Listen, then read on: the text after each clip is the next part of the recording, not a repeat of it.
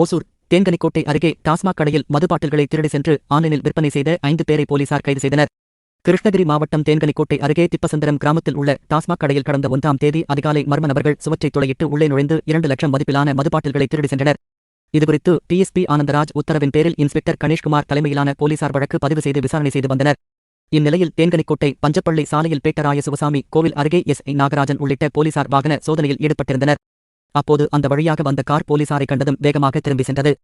இதனால் சந்தேகமடைந்த போலீசார் காரை துரத்தி சென்று காரில் இருந்தவர்களை பிடித்து விசாரணை செய்தபோது கடந்த 1ஆம் தேதி திப்பசந்திரத்தில் உள்ள மதுக்கடையிலும் மற்றும் கடந்த ஆண்டு செப்டம்பர் 14, 2024 அன்று இருதுகோட்டையில் உள்ள மதுபான கடையில் மதுபான கடைகளின் சுவற்றை துளையிட்டு மதுபாட்டில்களை திருடி சென்று குடியாத்தம் பகுதியில் வைத்து ஆன்லைன் மூலம் விற்பனை செய்து வந்ததும் தெரியவந்தது. இதனையடுத்து திருட்டு சம்பவத்தில் ஈடுபட்ட குடியாத்தம் பகுதியைச் சேர்ந்த ஹரிஷ், தீனா, பெல்லாரியைச் சேர்ந்த நாகராஜ், காவேரிப்பட்டினம் பகுதியைச் சேர்ந்த திருசபரி, சாப்பனப்பள்ளியைச் சேர்ந்த சந்தோஷ் ஆகிய 5 பேரையும் கைது செய்து அவர்களிடமிருந்த மதுபாட்டில்கள் மற்றும் காரை போலீசார் பறிமுதல் செய்தனர்.